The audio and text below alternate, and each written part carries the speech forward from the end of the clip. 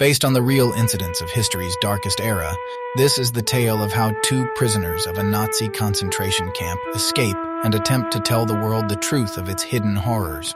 When Nazi propaganda was at its highest, nobody was willing to believe eyewitness accounts of the terrible conditions at the camp without evidence. And when such evidence was provided, it turned out to be too horrible to be believed. Alfred Freddy Wetzler was a scribe at the Auschwitz-Birkenau Nazi concentration camp, the place where names don't matter. On the 7th of April 1944, he woke up to yet another day in the living nightmare of Auschwitz. But no matter how many dead people he encountered, it didn't seem to shock him, hinting at the fact that he has seen countless horrors during his time there. In fact, he was working on plotting an escape with all the information he and his fellow prisoners have been gathering. Along with his buddy Valor, he has been hiding valuable information about the number of people that enter the camp daily and the sheer amount of deaths that occur every single day. They plan to get to Slovakia and hand over their horrific information to the right people in the hopes that this place could be blown up so it would never be responsible for more deaths. Under the guise of the work they are supposed to be doing, Freddy and Valor hide in a small cavity they had dug under some wooden pallets with the help of another prisoner, who was Freddy's block inspector. The alarm is sounded at the camp when the Nazis realize that two of their scribes were missing from the evening roll call.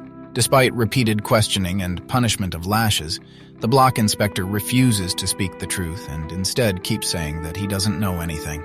While a desperate search through the barracks of the camp yields no results, the Nazi officers realize that they cannot afford such an escape for the prisoners. Having been at the camp for 2 years, the Nazis know that Freddy and Valor have seen and experienced too much of the harsh truth that they were keeping very carefully hidden from the rest of the world. While the block inspector lies passed out after receiving lashes, the entire barrack stands outside in the cold. In solidarity, they share a stale piece of bread that one of them was able to steal from the kitchens earlier. All this time, Freddy and Valor remain hidden. They wake up the next morning to a few Nazi officers looking around their hiding place.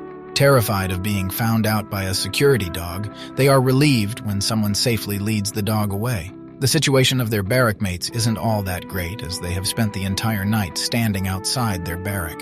While the still unconscious block inspector gets carted away, the Nazi officer notices one of the bald prisoners shivering due to the cold weather. He then tries to convince this prisoner that his friends won't be alive long enough to be able to tell their stories. He says that if they are seen in the nearby villages, the locals will report them, and that no matter how hard they run, they will end up back where they began. He threatens him that his helpful nature and the hand he has played in hiding those two prisoners will be responsible for their capture and eventual deaths as well. Chaos ensues at the camp when shots are randomly fired. Valère struggles with handling all the noise while still remaining silent enough so as not to give away their hiding place. Freddy somehow manages to get him to stay down, but he still cannot cope with the fact that others are suffering while they stay hidden away. By nightfall, Freddy's barrack is still standing outside in the harsh weather. The officer offers a deal to them that they can go back to their barrack if they hand over one thing of theirs to him. He proclaims that they cannot be willing to endure the bad weather for the sake of 2 Slovak Jews. In a strong show of unity, nobody takes him up on the offer despite them having family in the women's section of the camp. It is truly the biggest mental test when the officer goes over to that section to shoot someone and nobody can do anything to stop it from happening. Morning comes by again, and the Nazis put Freddy's barrack back to work, having realized that they weren't of any use to them standing outside their barrack. When the group leaves, a few are left behind, collapsing forever due to exhaustion and dehydration. Throughout the workday, a lot of material gets placed above Freddy and Valor's hiding place, which necessitates their forced and complete silence the whole time. By night, the barrack members are back to standing in their places outside their barracks after a whole day of work and no meals. While their officer mocks them by having his dinner in front of them, Freddy and Valor try hard to get themselves out of hiding. They manage to move the material placed over them by their sheer will to get out of the camp alive. They crawl through the muddy ground and the grass to the edge of the camp, where they cross over to the other side of the fence by daybreak. They walk through the woods till the sun rises fully and then hide to take a break. Making a move again in the evening and hiding during the day becomes their routine until the day the border of their home country is within reach. Sensing freedom in a matter of days, they walk through the day despite the injuries they have gathered along the way, but Freddy notices Valor's foot injury getting rapidly infected when they stop to rest that evening. Checking his bag, he suddenly realizes that he may have lost one of the tubes in which they were storing information, as it was nowhere to be seen. Just then, a woman walking by sees them. Realizing that they were headed to the border, she offers them some bread before leaving.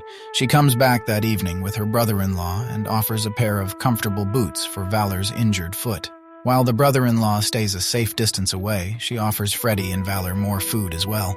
She informs them that as her brother-in-law knew the area around them well, he could take them to the border. True to her word, over the next few days, her brother-in-law guides them through the forest, and just as they get to the very edge of their exhaustion, they reach the border town. While Valor looks for help, Freddy passes out. When he wakes up, he finds himself in a warm bed. Getting up, he walks out of the room to find Valor having breakfast with a man. A woman hands him some clothes and shoes. Freddy then joins the others for breakfast. Handing over Freddy's tube of information to him, the man arranges for them to meet Mr. Warren of the Red Cross in Zelina. While they wait for their meeting with Mr. Warren, they are given a place to stay in the basement. One day, they are taken to meet a few members of the resistance, who hear their account of the Auschwitz camp with shock and terror. Despite getting first-hand information from Freddy and Valor, it comes across as the resistance wouldn't be able to do much to help. Instead, they urge Freddy and Valor to wait another day to meet Mr. Warren as belonging to the Red Cross. He was in a much better position than the resistance to get this information to the right people. To do their part to help, they hand over a typewriter so all the information can be compiled in one place. Freddy and Valor begin working on their report right away despite the process bringing back all the horrors. Mr. Warren from the Red Cross finally gets there after a couple of more days, much to the disappointment of both Freddy and Valor, as in that time, close to 30,000 more precious lives were lost at the camp as new people were added there daily.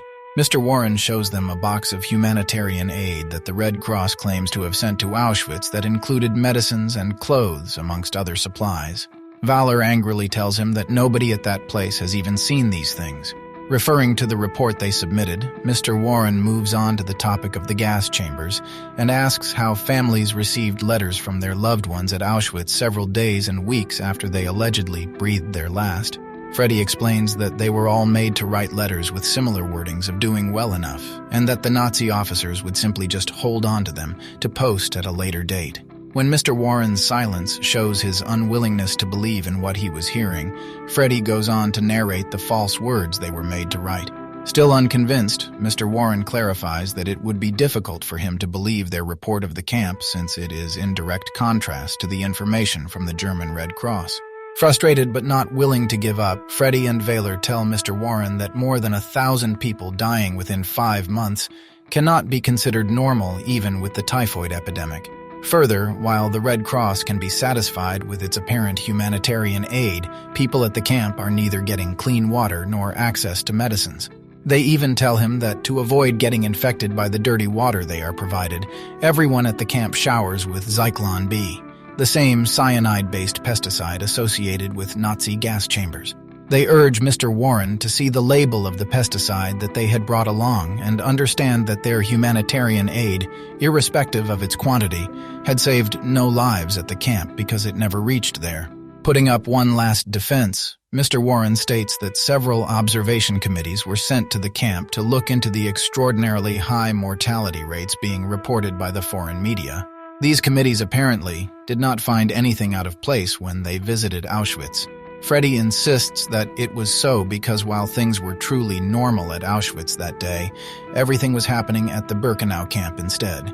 He adds that the administrators and officers simply orchestrated things, so the committees see exactly what the Nazis were willing to show them by maintaining a rosy picture on the outside while hiding the most terrible secrets inside. He insists that several thousand people died even on the day the committees were there, and that they just didn't see it happen because it was made to be so. Finally, coming to recognize that everything he knew to be right was just an illusion, Mr. Warren is shocked at hearing about the new train tracks that were being built at the camp that led straight into the furnaces. Feeling the burden of the death of countless people, he says he will get this information to the Allies, including the Americans, as everyone just has a rough idea of things and nobody knows the gory details. Completely against negotiating with the Nazis, Freddy insists that the camp needs to straight up be destroyed and that the prisoners they left behind are hoping for just that. The movie ends with the statement of the fact that no such airstrikes ever took place. Instead, it was business as usual at the camp. Fearing that nobody would believe the truth of Freddie and Valer's report, it was published in America after a lot of editing and redacting after another 7 months. The truth speaks loud and clear in the fact that upwards of 1 million people lost their lives at Auschwitz-Birkenau. While the humanitarian aid of the Red Cross saved nobody, the submitted report was successful in saving the lives of 120,000 Jews who would have otherwise been deported to the camp. Thanks for watching. If you enjoyed this video, don't forget to hit that subscribe button. Stay tuned for more exciting videos.